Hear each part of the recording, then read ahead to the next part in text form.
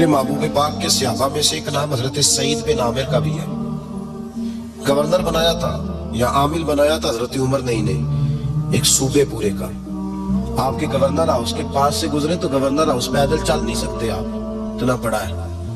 تو یہ وہ گورنر تھا کہ ایک دفعہ مال غنیمت بہت زیادہ آیا تو حضرت فاروق اعظم نے اس صوبے کے لوگوں کو کہا کہ ایک شخص جو مالیات کا وزیر تھا، وزیر خزانہ تھا، اس کو جناب عمر فاروق رضی اللہ تعالیٰ عنہ نے کہا وزیر خزانہ اس صوبے کے جہاں حضرت سعید بن عامر گورنر تھے، کہا کہ غریبوں کی لسٹ بنا کے بھیجو، میں فنڈ لگانا چاہتا ہوں. تو جب لسٹ بن کے آئی تو چوتھے نمبر پہ گورنر صاحب کا نام بھی لکھا تھا. تو حضرت عمر فاروق رضی اللہ تعالیٰ عنہ نے حضرت سعید بن عامر سے کہا یار تو غریب تھا، مجبور تھا، تنگ دست تھا، تیرے صوبے کے لوگ کہہ رہے مجھے کیوں نہیں بتایا؟ حضرت سعید لگے عمر پہلے تو وہ بندہ مجھے بتا جس نے میرا پردہ کھولا ہے. وہ بندہ تو بتا، میں جانوں میرا رب جانے، میں غربتوں کے رونے چوکوں میں کھڑا ہو کے نہیں روتا. میرے پاس کوئی رنج و علم ہو تو میں اپنے رب کی بارگاہ میں عرض کرتا ہوں، میں اپنے معبود کو بتایا کرتا ہوں، میں غربتوں کے رونے دنیا داروں کے سامنے نہیں روتا. حضرت عمر گئے گورنر صاحب کے مقرر کرنے کے بعد 2-4-5 مہینے کے بعد جب حضرت سعید بن عامر کی گورنری کو تھوڑا وقت گزر گیا تو حضرت عمر کا طریقہ تھا، گورنروں کا پتہ کرتے تھے. آپ کا طریقہ یہ تھا کہ جس علاقے کا گورنر ہوتا ہے اس کی جامع مسجد میں سب لوگوں کو جمع کرتے اور پھر گورنر کو بھی بلاتے تو کہتے کوئی شکایت ہے گورنر کی تو بتاؤ. مسجد میں جمع کیا، لوگ اکٹھے ہو گئے. حضرت فاروق اعظم رضی اللہ تعالیٰ عنہ نے فرمایا گورنر کی کوئی شکایت ہے تو بتاؤ. تو صوبے کے لوگ کہنے لگے 4 شکایتیں ہیں گورنر صاحب کی. سننا ذرا دل کھول کے، 4 شکایات. کون سی؟ کہ پہلی شکایت یہ ہے کہ جب یہ نئے نئے آئے تھے تو فجر کے بعد مسجد میں بیٹھ جاتے تھے، جس کا دل کرتا تھا مل لے. اب یہ فجر پڑھ کے گھر چلے جاتے ہیں اور اشراق چاشت کے وقت 8-9 بجے آتے ہیں. دوسری شکایت یہ ہے کہ یہ پہلے رات کو بھی ملتے تھے، اب صرف دن کو ملتے ہیں، رات کو نہیں ملتے.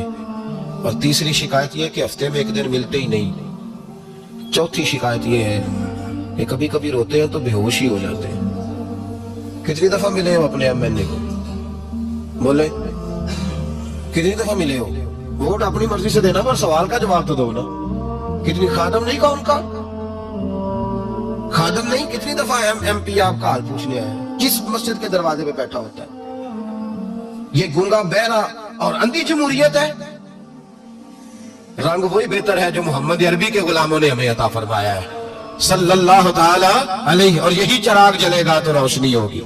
حضرت سعید بن عامر گورنر، اور میں اکثر کہتا ہوں اسی دھرتی پر یہ وہ نور والے لوگ تھے جنہیں میرے رسول نے نور عطا فرمایا تھا.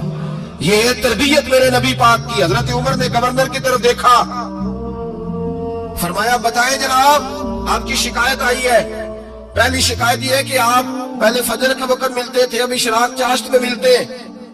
حضرت سعید بن عامر رضی اللہ تعالیٰ عنہ کہنے لگے حضور اگر آپ نہ ہوتے کوئی اور پوچھتا تو میں کبھی نہ بتاتا. حضور میری مجبوری یہ ہے کہ میری بیوی بیمار ہو گئی ہے اور معذور ہو گئی ہے ٹانگوں سے. میں غریب آدمی ہوں، نوکر نہیں رکھ سکتا. اس بھلی مانس عورت نے 30 سال میری نوکری کی ہے، اب وہ بیمار ہو گئی ہے تو کیا میں اس کو چھوڑ دوں؟ میں سویرے اٹھ کے اپنے گھر میں جھاڑو دیتا ہوں، برتن دھوتا ہوں، آٹا گوندتا ہوں، روٹی پکاتا ہوں اور اپنی باوفا بیوی کے منہ میں لقمے ڈالتا ہوں. حضور وہ پخانہ پیشاب کرتی ہے تو وہ بھی میں صاف کرتا ہوں. وہ میری ذمہ داری جو ہوئی تو ذرا دیر ہو جاتی ہے. بس پہلے سوال کا جواب آیا تو لوگ کہتے ہیں ہمارے جسم کے رونگٹے کھڑے ہو گئے.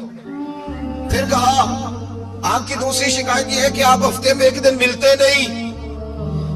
تو حضرت سعید بن عامر کہنے لگے حضور کاش یہ لوگ مجھے رسوا نہ کرتے، کاش سرعام نہ پوچھتے تو میرے اور میرے رب کا راز تھا، یہی بہتر تھا. فرمایا کہہ چکا ہوں میں غریب ہوں، جوڑا ایک ہی ہے میرے پاس. ٹھنڈ کا موسم ہے تو ہفتے میں ایک دن کپڑے دھو کے خشک ہونے کو ڈال کے بیوی کے کپڑے پہن کے بیٹھا رہتا ہوں. اور ذرا شام ہو جاتی ہے باہر آنے میں تو کیا کروں، نہیں آ پاتا. کہا تیری تیسری شکایت یہ ہے کہ تو رات کو نہیں ملتا، صرف دن کو ملتا ہے. حضرت عمر کہتے ہیں اپنی سفید داڑھی جناب سعید بن عامر نے زور سے پکڑ لی. کہنے لگے عمر یار ادھر دیکھنا ہے کوئی بال کالا، سفید نہیں ہو گئے سارے؟